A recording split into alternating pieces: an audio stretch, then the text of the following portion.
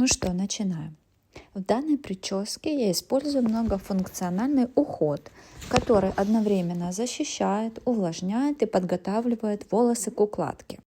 Облегчает расчесывание, увлажняет, сглаживает пушистость, дает легкую термозащиту. После подготовки волос переходим к разделению. Итак, сейчас формируем зигзагообразные проборы. Это позволяет избежать четких линий и создать естественный объем. Работаем от макушки, постепенно продвигаясь вниз.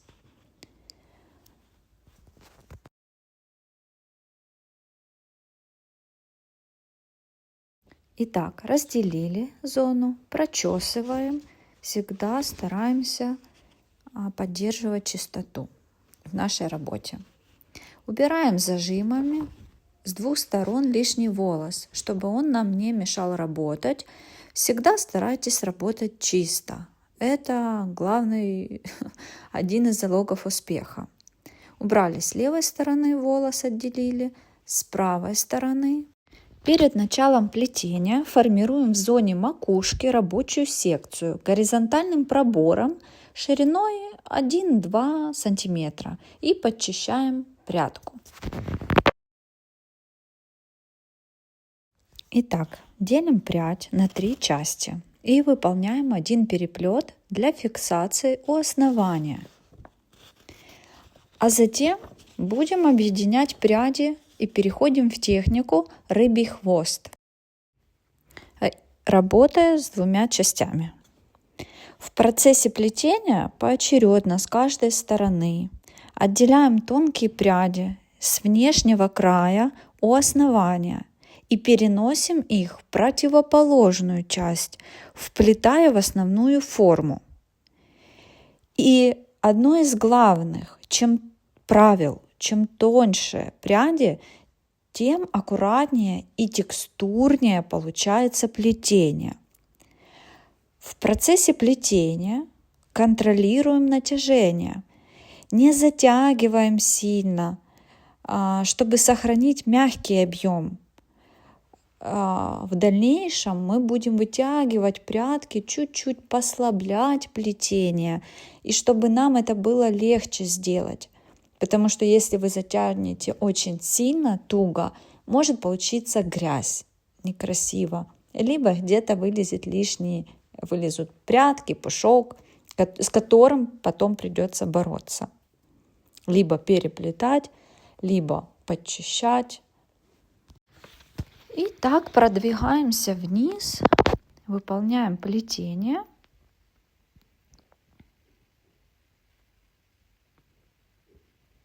Конечно, когда у меня были длинные ногти, это было более удобно делать. Сейчас мы доплетаем еще несколько прядок и последнюю прядку берем. И примерно с этого момента, на этом этапе, я уже не добавляю пряди, а плету только из тех волос, которые у меня уже в руке.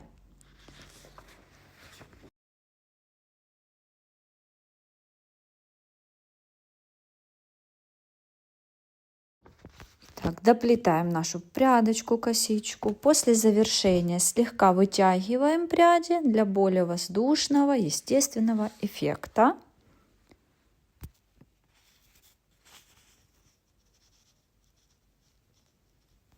Выделяем нижнюю затылочную зону пробором горизонтальным.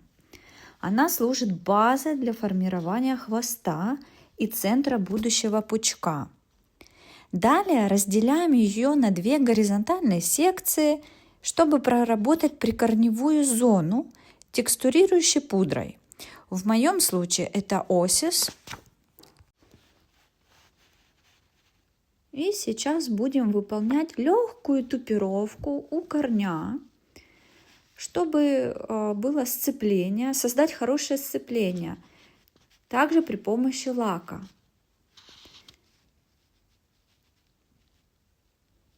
В работе я использую лак Schwarzkopf. Вот такой. Возможно, и другие, но часто такой. Он дает надежную фиксацию без утяжеления и сохраняет подвижность волос. Такая подготовка позволяет невидимкам и шпилькам хорошо держаться и не скользить. Теперь делаем хвост. Фиксацию выполняю крест-накрест. Одну невидимку ввожу вертикально, вторую горизонтально, обеспечивая плотность сцепления и устойчивость формы. Прочесываем наш хвостик. Напоминаю, стараемся следить за чистотой. Теперь приступаем к формированию прически. Отделяем секции зигзагообразными диагональными проборами, двигаясь от макушки вниз.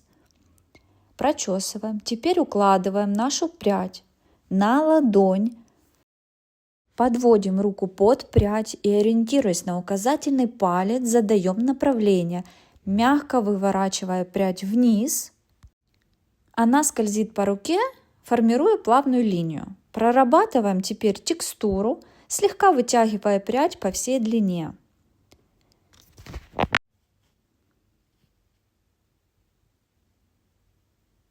Перехватываем прядку, ставим ее на шпильку, чтобы слегка зафиксировать. И дорабатываем также слегка при помощи лака, делаем ребрышки. Далее повторяем то же самое, напоминаю о чистоте. Итак, прочесали и теперь опять по диагонали зигзагом выделяем следующую нашу прядь. Это будет вторая прядка. Отделили, прочесали. Выполняем все то же самое. Прочесали. Здесь мне захотелось добавить пудры немножко для волос, чтобы эта зона была более объемная, так как мне не хватало здесь объема. Вы уже смотрите у клиента по форме головы, по волосам, но в основном в верхней зоне макушки мы добавляем объем. Нанесла немножко, добавила пудры у корней, слегка подтупировала, сделала тупировку волос, сверху подчищаем, то есть снизу пудра, тупирование, вот, сверху подчищаем прядку, чтобы была у нас чистота. Берем это все, соединяем эту прядку и будем делать то же самое, как и с первой.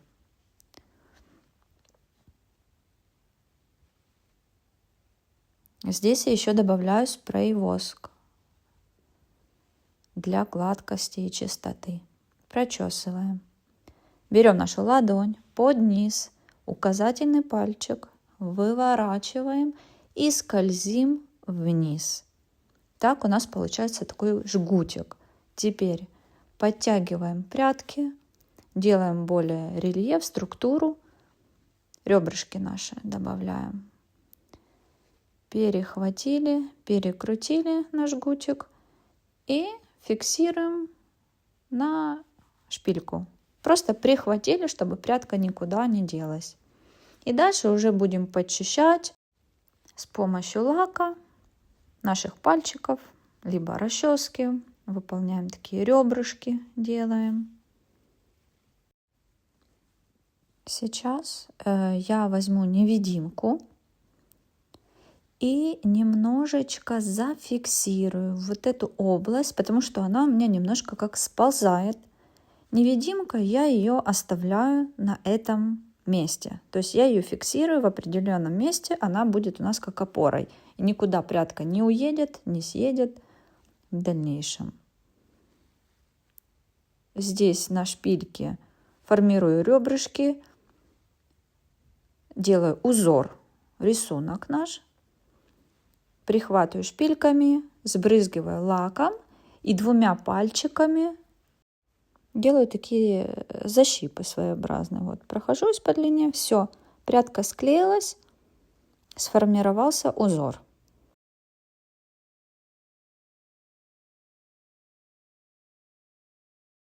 Итак, приступаем к нашей третьей прядке, финальной, с правой стороны модели.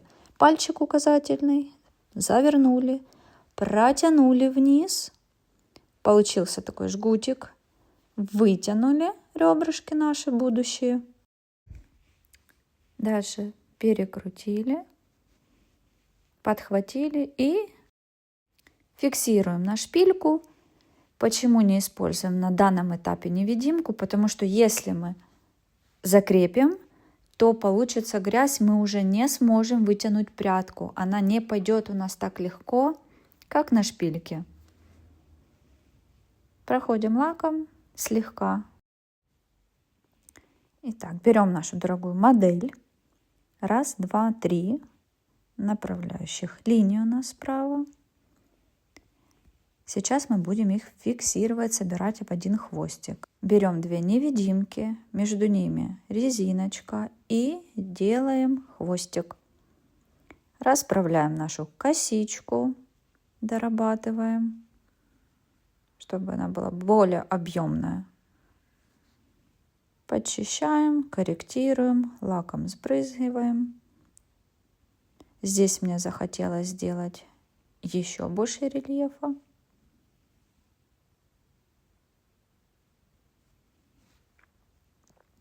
С помощью невидимок это и лака чудесно получается. Прядка застывает и принимает форму. Я уже подготовилась к следующему этапу. Взяла валик, разделила его на две части. И теперь буду его крепить к основанию нашего хвостика.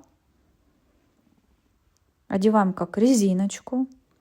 И с 4, либо с 2 сторон шпильками подкалываем к основанию. Основание у нас уже проработанное при помощи пудры, тупировки и лака.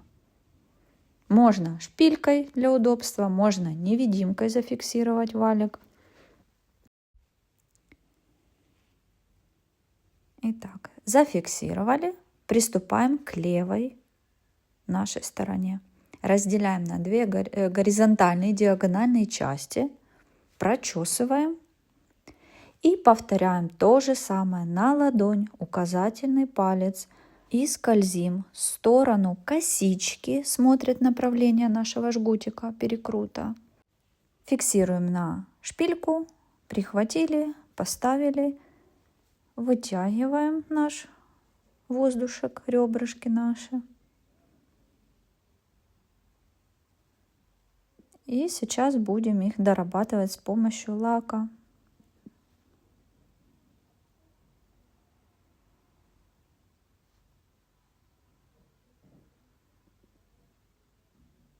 Почистили. Здесь вы уже смотрите, какой рисунок вам больше нравится. Больше прядок, меньше прядок. Главное, чтобы была пропорция.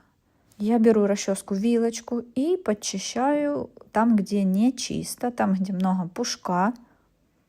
Вот таким образом оно все убирается. Ставлю ее боком и прохожусь вниз. Добиваюсь аккуратности и чистоты в работе. И сейчас с помощью невидимок будем подшивать наш рисунок, как бы пришиваем. Видите, между ребрышками мы вставляем невидимку, которая будет держать всю нашу конструкцию, весь наш узор, и он никуда не денется, никуда не поплывет в конце вечера. То есть форма остается у основания зафиксированная. Берем оставшуюся прядку, то же самое, расчесываем. Аккуратно. На ладонь указательный пальчик прокрутили, протянули. Подхватили на шпильку. Все, теперь сильно эту зону старайтесь не вытягивать, чтобы было гармонично. Нужно смотреть на клиента в зеркало, потому что нижние части перегружают, когда вы их сильно вытягиваете, а верх, допустим, приплюснутый. Этого делать не рекомендуется, то есть вверху мы делаем более объемно, а низ уже не создаем вот эту ширину, такую тяжесть. Зафиксировали невидимку. Подправили немножечко.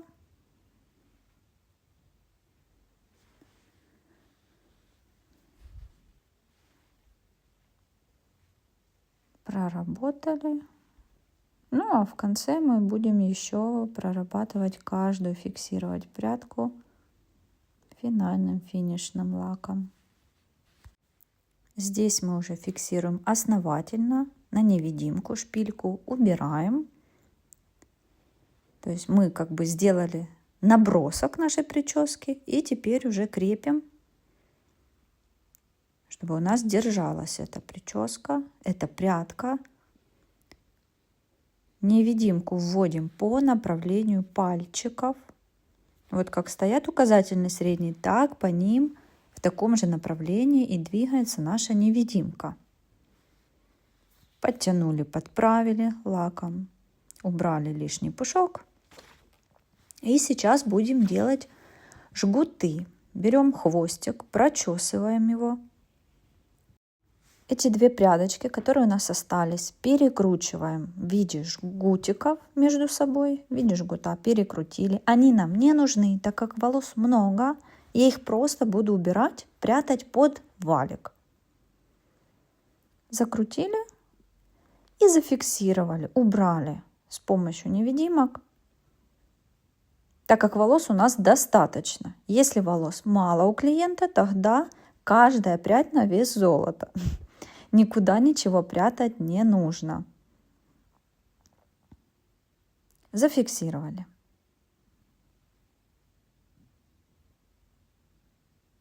С правой и с левой стороны. Все. Теперь приступаем к основному жгутику. Делим хвостик на две части равномерные. Прочесали. У меня расческа плохо идет, поэтому помогаю себе вилочкой. Разделили еще раз на две части и делаем перекрут. Это будет на основе жгута у нас нижняя часть прически. Закрутили. Теперь рукой придерживаем нашу прядку с двух сторон. Берем шпильку и подхватываем с одной стороны. Можно ее даже полностью зафиксировать. Докрутили, подвытянули, чтобы объем был равномерный, так как слева у нас больше, гуще волос, справа меньше. Подвытянули с правой стороны и уже на невидимку к основанию валика закрепили с внутренней части. Подправляем, делаем рисунок с помощью спрей-воска, а потом лака. Из оставшего хвостика, который у нас остался, прочесываем его и также выполняем жгут. Прочесали хорошо, делим на две части равномерные и делаем перекрут. Выполняем перекрут.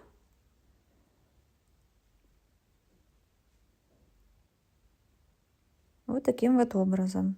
Будем его закручивать в противоположную сторону, так как предыдущие мы закручивали слева направо, то теперь у нас будет перекрут справа налево, чтобы был сохранен равномерный объем.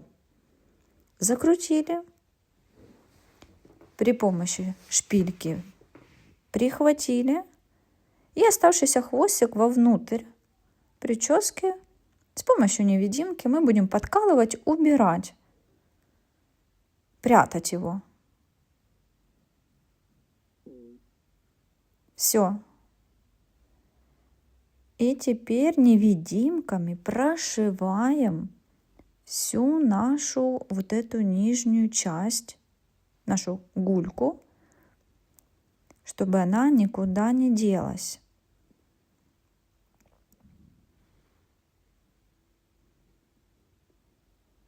Раскрыли невидимку и закрепили.